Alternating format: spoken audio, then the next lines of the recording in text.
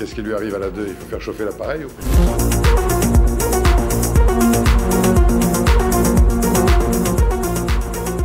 Ce qu'on sait, effectivement, c'est la raison pour laquelle tout le monde porte un masque au bloc opératoire, c'est pour éviter ces postillons. Mais on a constaté que même si on postillonne sur le ventre du patient, ça change rien sur les infections. Les patients ne sont pas plus affectés après. Le masque, non, n'a pas cette utilité-là. Il y a par contre une utilité pour laquelle c'est important pour l'équipe chirurgicale de le garder, c'est pour soi-même. Parce qu'on est toujours exposé à ce qu'on appelle les accidents d'exposition au sang. Des projections de sang, une goutte de sang qui sort, et puis qui vient se poser sur le visage si on n'avait pas eu le masque.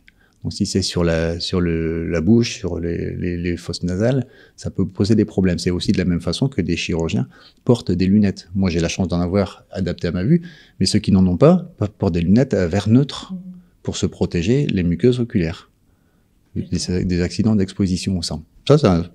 Pour ça, c'est un intérêt absolument primordial. Mais par contre, si on veut se dire c'est pour limiter l'infection du site opératoire, en fait, les études depuis 1975, j'ai tout épluché depuis plus de 50 ans, nous montrent que ça sert à rien. Alors c'est important de dire c'est depuis 1975 parce que régulièrement, on m'a donné des études plus récentes pour me dire si ça marche, la preuve. Et en fait, quand on regarde les études qui sont sorties récemment sur le Covid et qui essayent de nous montrer que ça marche, ce qui est intéressant, c'est de regarder, et c'est la plupart du temps, les médecins ne font plus ça, ils n'ont plus le temps de le faire. Il ne faut pas se contenter de l'abstract ou de la conclusion. Il faut regarder le corps du texte. Il faut regarder les chiffres, les graphiques. Parce que parfois, les graphiques sont différents de la conclusion. La conclusion, on peut prendre l'exemple de l'étude qui a été faite au Danemark. Il y avait 3000 personnes d'un côté, 3000 de l'autre. La conclusion, quand on la lit bien, c'est on recommande quand même de porter le masque. Oui, mais quand on regarde ce qu'il y a à l'intérieur, il n'y a pas de différence. Il y a souvent eu, plutôt dans les études médicales, une espèce de volonté à aller vers un consensus. C'est-à-dire que c'est dans cette direction, on pose des recommandations, on n'y revient plus. Et c'est le problème de ces recommandations, c'est qu'après on ne cherche plus à remettre en cause. C'est très difficile à remettre en cause un dogme médical. Quand il est apparu, on a du mal à le changer. On va dire que c'est surtout que les médecins ont du mal à remettre en cause leur pratique. Les médecins? Oui, beaucoup de médecins ont du mal à remettre. Alors, c'est dû aussi au fait que on travaille beaucoup avec d'autres personnes qui vont penser la même chose que nous, et que c'est parfois difficile de s'opposer, d'être celui qui va donner la note inverse.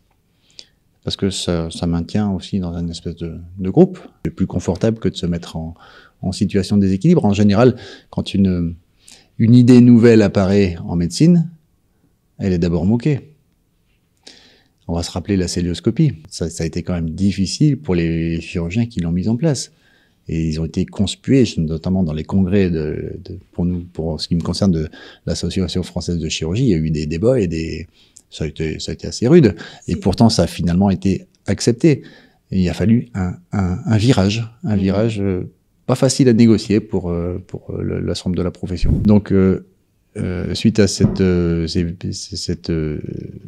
découvertes que j'avais faites sur le masque et le fait qu'on nous l'imposait dans l'espace public, j'ai fait une première vidéo que j'ai postée sur un tout petit compte YouTube. Je pensais que ça resterait avec mes copains en famille, j'étais un peu naïf, pour montrer en fait, comment un chirurgien fait pour porter le masque, pour se laver les mains, etc. Et puis pour montrer que c'était une aberration de le faire porter en milieu extérieur. Ça m'a valu les foudres de l'administration de l'établissement où je travaillais. J'ai eu par la suite, je vais vous la faire courte, mais j'ai eu un blâme qui a été validé par mes collègues de la commission médicale d'établissement, et il y a 2 ans maintenant, et qui a été validé par le Centre national de gestion. C'est-à-dire cette espèce de millefeuille administratif qui existe entre le ministère de la Santé et les établissements hospitaliers. Par la suite, j'avais fait une vidéo au mois de février-mars 2021 sur la dictature sanitaire qui s'installait. Parce que, en fait, le premier ministre de l'époque avait dit à la rentrée scolaire, donc les vacances d'hiver, les enfants devront faire des tests PCR.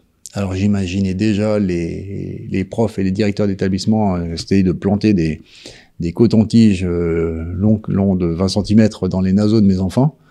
Et là, en fait, c'est pas le chirurgien qui a réagi. C'est le père de famille, c'est le citoyen. Là, j'ai dit, non, ça peut pas se faire. Et j'ai fait cette vidéo qui était un peu une vidéo colère, avec des petites pancartes sur lesquelles j'ai écrit certains noms interdits, sinon les algorithmes YouTube me retrouvaient. Et puis elle a traîné pendant 6 semaines sur YouTube, avant que je sois dénoncé par je ne sais qui. Cette vidéo a ensuite été supprimée par YouTube, après avoir fait 44 000 vues, mais reprise par d'autres plateformes. Donc elle m'échappe complètement, mais ça c'est pas grave, elle circule encore et c'est très bien. Il faut savoir que j'ai été, à ce moment-là, à nouveau convoqué par l'administration de l'établissement, parce qu'il y a eu un signalement à mon encontre par un de mes collègues de l'hôpital.